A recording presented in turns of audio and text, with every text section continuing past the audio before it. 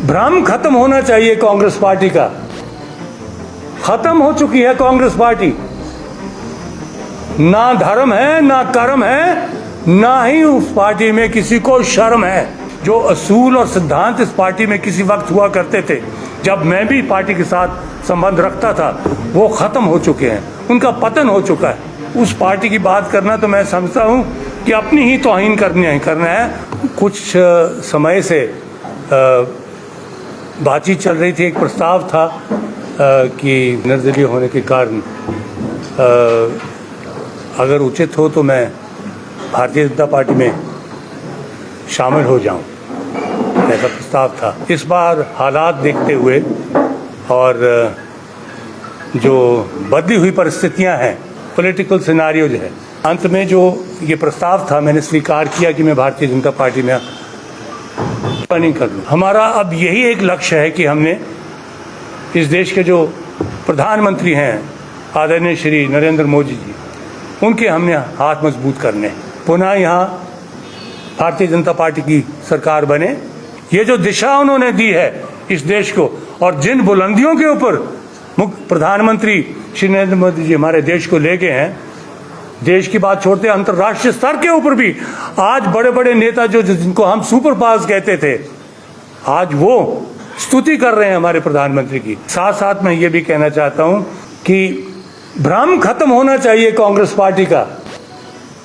खत्म हो चुकी है कांग्रेस पार्टी। ना धर्म है, ना कर्म है, ना ही उस पार्टी में किसी को शर्म है। आज पार्टी ही अगर आप देखिएगा तो बेल या जेल, ऊपर से लेके राष्ट्र स्तर से अगर आप लें, सोनिया गांधी जी से लेके राहुल गांधी जी को लेकर यहाँ लेकर जो हिमाचल प्रदेश की अध्यक्षा बनाए हैं, प्रतिभा सिंह से लेकर आशा कुमारी से लेकर विक्रमादित्य से, you name it, and they are all either on jail और ऑन बेल। तो अगर यही क्वालिफिकेशन है कांग्रेस में प्रवेश करने की, पवन काजल भी कार्यकारिणी अध्यक्ष थे तो सब छोड़ गए। एक जो इनके पार्टी का अध्यक्ष था वहाँ चिंतपूर्णी का या गगरेट का, मुझे याद नहीं, कुलदीप कुमार, वो भी छोड़ गया पार्टी, वो भी आजाद लड़ रहा है। तो भगदड़ तो है, लेकिन मैं समझता हूँ कि जो असूल और सिद्धांत इस पार्टी में किसी वक्त हुआ करते थे, जब मैं भी पार्टी के साथ संबंध रखता था, वो खत्म हो चुके हैं, उनका पतन हो चुका है। बिल्कुल नैतिकता का तो अब सवाल ही नहीं रहा। और इसीलिए मैंने हर्ष महाजन जी का नाम लिया, क्योंकि उन्होंने खुद कहा, बैठे हुए थे, वो अतिरिक्त अध्यक्ष थे, उन्होंने कहा कि मेरी आंखों के सामने पैसे का लेन देन हो रहा था। किसके लिए? टिकटों के लिए, टिकटों के लिए सौदाबाजी हो रही थी। हजूर सुन लीजिएगा। तो वो तो क्या कोई उन्होंने व्यापार मंडल खोल रखा है वहाँ कांग्रेस में क्या?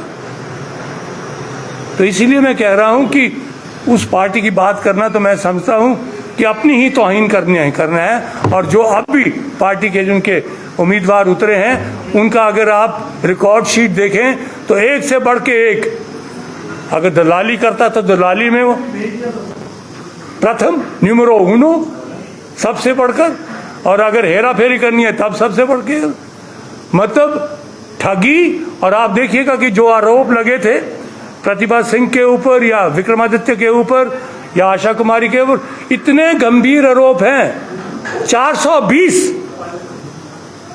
Fraud, intent to loot the government, मतलब अब लुटेरे ही हैं सारे। अब लुटेरे उम्मीद करते हैं कि 5 साल भारतीय जनता पार्टी के अब हो चुके हैं, तो अब मुझे ऑटोमेटिकली अब हम सत्ता में आ जाएंगे। भूल जाएं, लड़ रहे हैं, बुरी तरह लड़ रहे हैं। सुक्खू लड़ रहा है, मुकेश अग्निहोत्री लड़ रहा है एक दूसरे के साथ, चुनाव नहीं लड़ रहे हैं एक दूसरे के साथ। किस दौड़ में लगे हुए हैं कि मुख्यमंत्री कौन बनेगा? शायद प्रतिभा सिंह जी भी इस दौड़ में है, शायद आशा कुमारी भी इस दौड़ में है। जो बेल और जेल वाले कैंडिडेट्स हैं वही सब तैयार हुए हैं। The chief ministership of Himachal is up for sale to these people. क्या बात है, कोई ईमानदारी नहीं रही, किसी इज्जत की बात नहीं कोई करता है। तो इसलिए मैं समझता हूं कि वक्त आ गया है कि हिमाचल प्रदेश में ये कुशल नेतृत्व जो है इसको पुनः देना, हमने मौका देना है। बुडामल ज्वेलर्स पालमपुर, भरोसा उम्र भर का।